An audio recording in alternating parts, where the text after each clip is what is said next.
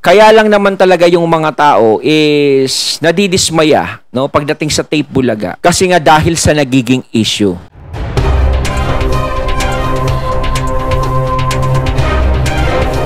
Ayo, what's up? Ako nga pala si BT at nandito ngayon tayo sa BT Reaction.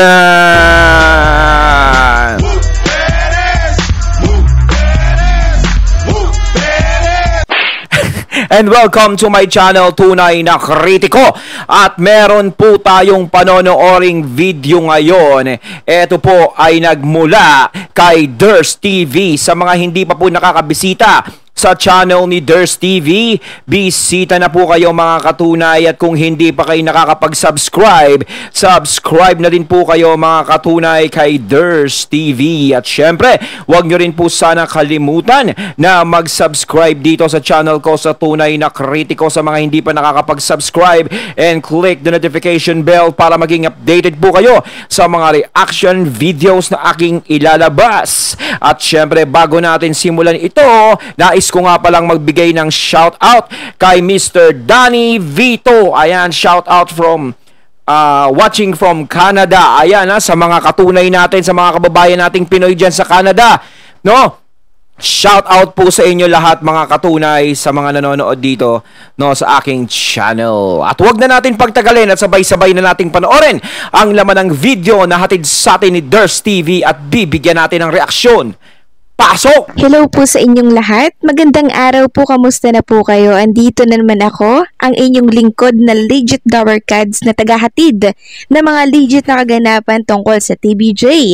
Kaya kung isa kayo sa hindi pa nakasubscribe sa ating channel, nako, i-click nyo na po ang subscribe at bell button dyan sa baba para pag may mga bago akong balita, ay mano-notify po kayo agad-agad. At bago nga po natin simulan ang balitaan, ay nais ko lamang pong magpasalamat sa inyong lahat sa walang sawa po ninyong pagsuporta at pakikinig sa aking mga daily update. Yes, so eto na, at simulan na po natin ang balitaan na tunahin nating pag-usapan ng tungkol sa picture ni Isko, Buboy, Jose Wally at Zombie na magkasama sa isang picture. So nakita lang natin ito sa Twitter. Ang sabi dito sa caption nung nag-post,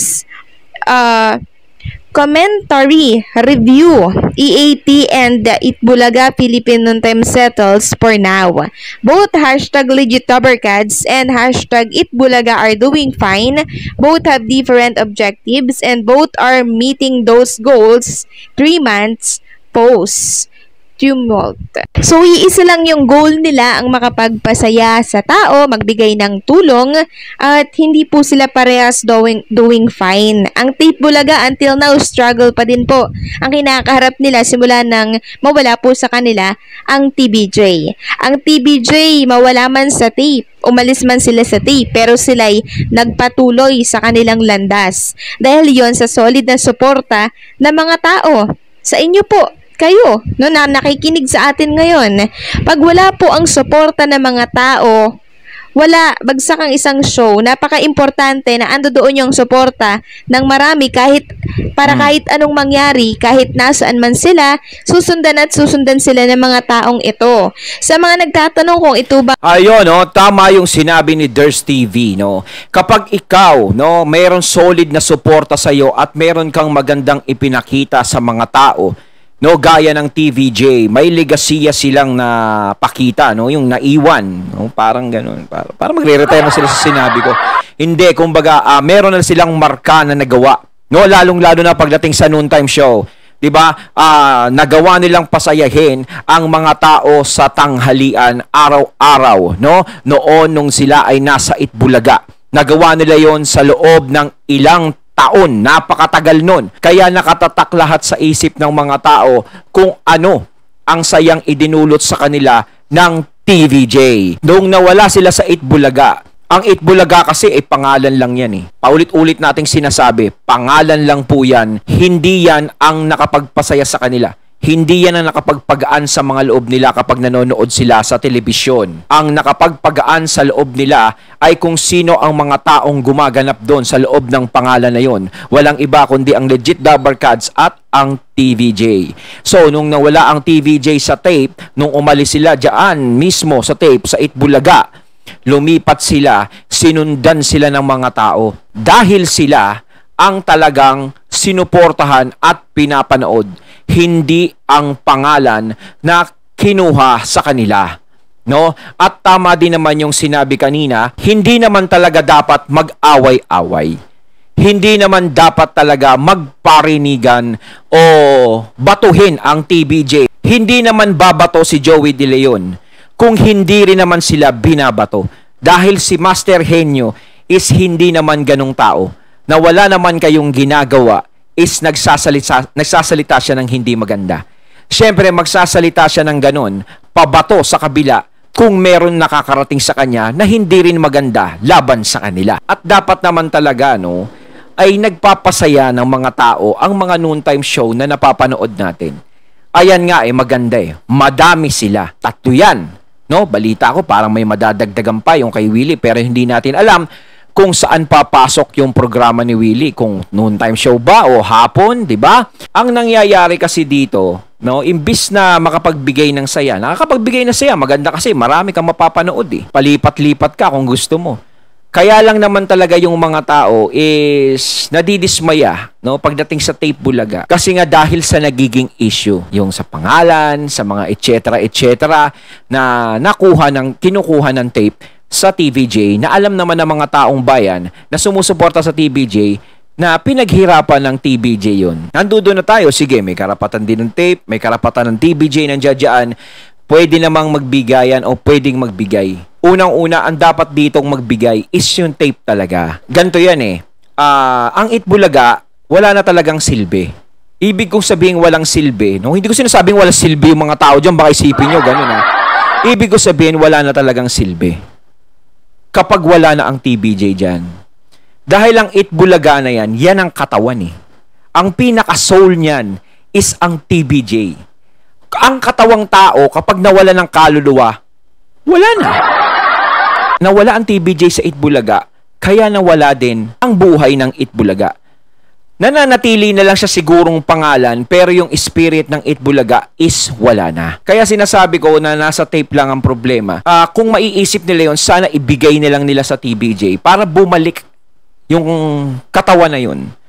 No, yung kaluluwa, magsama na uli sila at mabuhay na uli. 'Di ba? Wala naman dapat ikatakot ang tape dyan sa mga lagay na yan. Pwede naman silang gumawa ng mga sarili talaga nilang pangalan 'Di ba? Depende na lang kung sino ang mag-create ng magandang pangalan sa kanila na magugustuhan nila. Kasi kung talagang ipipilit nila yung bagay na talagang ayaw ng mga tao. Kasi yung mga taong bayan na mismo nagsasalita. Yung mga taong bayan na mismo ang nagsasabi sa kanila ng hindi magaganda. Yun pa lang dapat is nag-isip ka na. Kung iniisip nila na pag nilipat nila ang pangalan ng Itbulaga sa TVJ, baka magtagumpay lalo ang TVJ, hindi yun. No, baka ipagpasalamat pa sa inyo ng mga tao yun. O ipagpasalamat pa sa inyo ng TVJ yun. At makakapag-isip din naman kayo ng pangalan at maaaring balang araw is yung pangalan na maiisip ng tape ay masuportahan ng ibang tao. Hindi nag-i-stay ang lahat ng tao sa isang noontime show. Nagpapalipat-lipat yan. Malay nyo, biglang may magustuhan sila sa mga segment nyo na wala sa EAT, wala din sa Showtime. Ganun yan magustuhan nila. So, kaya napipigilan ng iba dahil nga, nako, puro issue naman yan, ganito, ganyan, gara ng mga ugali. Ganun na nagiging nila Diba, napipigilan sila kahit gusto nila kayong panoorin. Ngayon, may nanonood man, isisilip lang. Ano ba na ginagawa niya mga yan? Sino ba ginagaya niya? Mga ganon. Ganon na nangyayari. Kaya, kung ako sa tape talaga, yung tape talaga dito, ang dapat magbigay ng daan. Diba? Magparaya. Diba? Bigay lang nila yung pangalan ng Itbulaga. O sige, sa inyo na. O, Tito Vic and Joey. Sa inyo na yan. O, tapos, ayos na. Tingnan nyo, wala yung pangalan ng Itbulaga sa TVJ, pero E80 na sila, pero kita nyo naman, namamayagpag pa rin sila hanggang ngayon. So kapag binigay nyo yung pangalan ng Itbulaga, wala, ganun pa rin sila. Ganun lang. Walang magiging epekto sa kanila yung pangalang Itbulaga, kundi na ibalik lang sa kanila. Hindi naman, porket binalik nyo yung Itbulaga, magdodoble yung number 1 nila. Hindi. Number 1 na sila ngayon, E80 yung pangalan nila. Diba? Iba-ibang segment nila, pero tinatangkilik sila ng mga tao.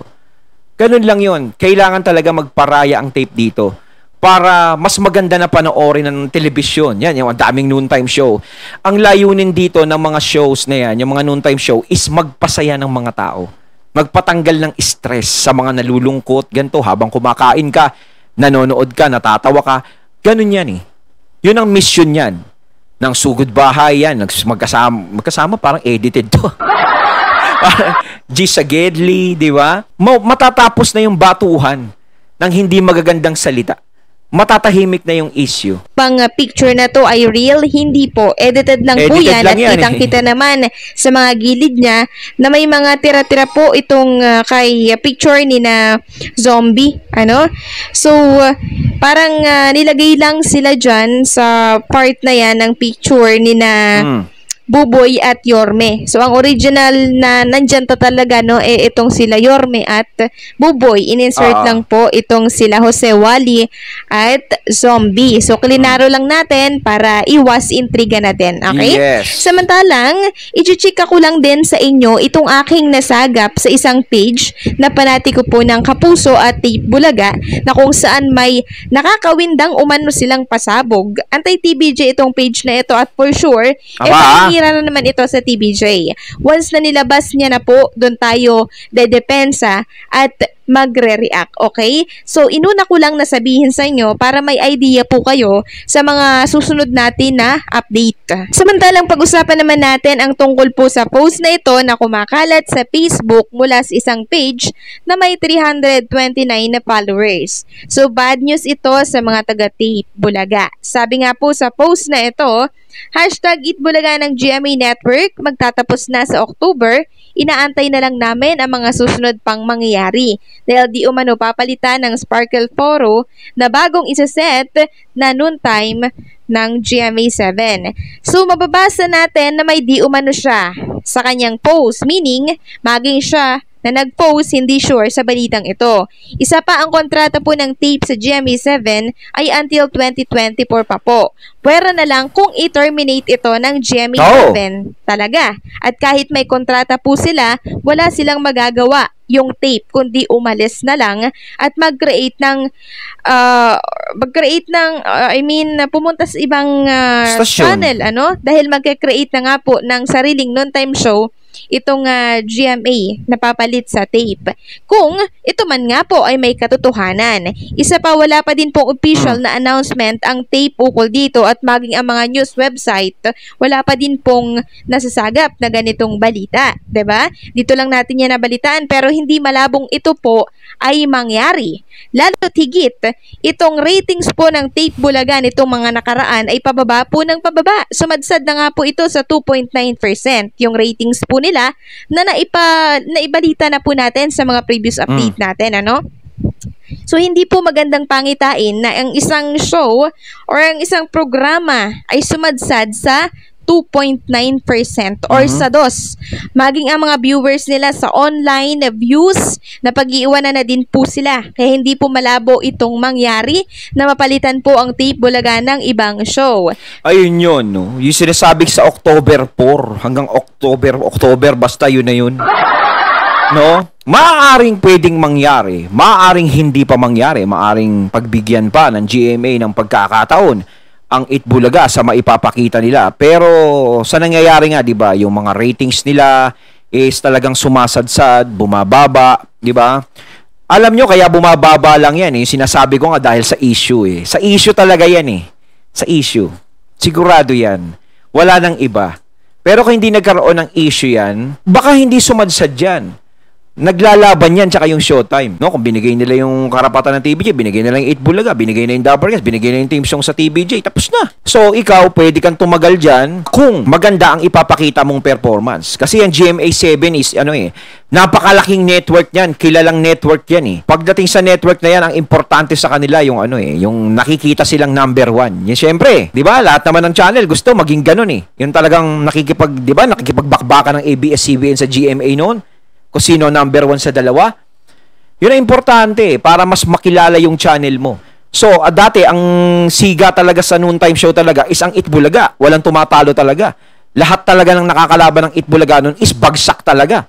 Hindi talaga nakakalusot sa Itbulaga.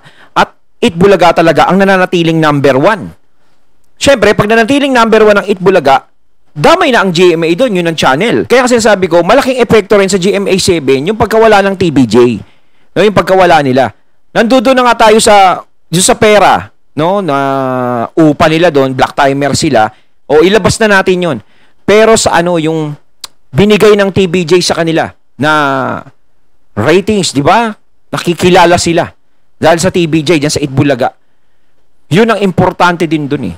'Yun ang binibigay nilang magandang karangalan sa GMA7 na hindi sila natatalo sa noon time. Ngayon lang sila nagkaganyan na bumabagsak sila sa noontime show. So, wala silang magagawa. Kung hindi na maganda ang nagiging performance ng isang programa dyan, walang ibang magagawa kahit na sabihin na renew o ganito, ganyan, o hindi pa natatapos ang kontrata. O, di ba? Kasi nga, importante sa kanila yung manatili yung level ng channel nila, yung nila, istasyon nila, na maganda ang performance. So, kung hindi maganda ang performance, paano yan? Hindi na nananatili yung level nila sa ganito. O kailangan talaga is palitan para sa trabaho. Pag wala ka ng pakinabang ganito, wala ka ng ginagawa, 'di ba, sa mga kumpanya?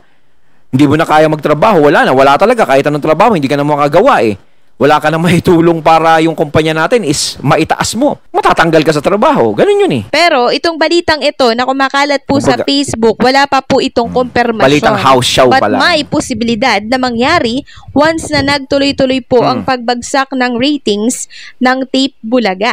Diba? So pag hindi po yan na bago at ganito pa rin sila hanggang matapos po ang 2024, baka nga hindi malabong mangyari ang nakasaad sa post na ito sa Facebook, hindi po ba? Kasi isang kasiraan na din ito, no? Or kabawasan na rin sa isang network na may ganito silang kababa na noontime show, yung ratings at syempre yung mga online views, mababa rin naman talaga. Although may mga sponsors, may mga commercial na pumapasok, malaking tulong yun sa kanila, pero yung ratings po ang basihan ng mga sponsors and commercials na yan. Maaari din kasi yung mga pumapasok na yon, di ba, na mga advertisers, maaaring yun mawala ganto ganyan kasi wala namang nanonood gaano dito sa programang to. Kumbaga na tayo dito, umalis na tayo. Yun ang mahirap yung lalayasan ka. 'Di ba? Syempre ang hinahanap ng mga advertiser yung talagang malakas na programa para ma-endorse talaga sila, makita talaga yung mga produkto nila. Saan pa sila lilipat? Syempre, doon sa malakas, doon sa nananatiling number 1, yung kilala talaga, yung maraming nanonood.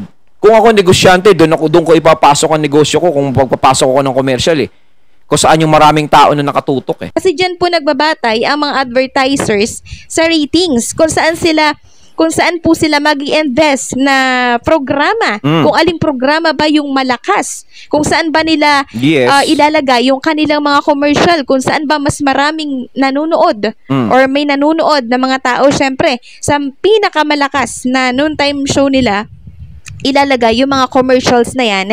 Nang sa ganun, marami po ang makakita, marami din na mga customers yung ma-attract. Diba? So, sa EAT, alam natin na malakas po yung EAT sa iba't ibang lugar. Although, mahina pala sila sa Visayas, sa Mindanao, pero panalo pa din po dahil talagang humahatak. Mahina sila doon kasi hindi pa naman yung signal nila ron Pero pag lumakas yan, 80 dyan po sa kamay nilaan, di ba?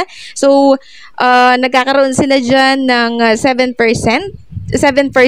dyan sa Manila, no? Malakas po sila sa Manila. So, yung ratings na yon, napaka-importante po nun sa isang show. At pag yan lumagapak, for sure, ito yung mangyayari sa kanila. Papalitan sila ng ibang show ng mismong GMA Network. Samantalang pag-usapan naman natin ang tungkol po sa bilyonaryong sponsors na muling nagbabalik sa TVJ. Na siyang namataan natin sa mga odds ng ads cap ng EAT, no?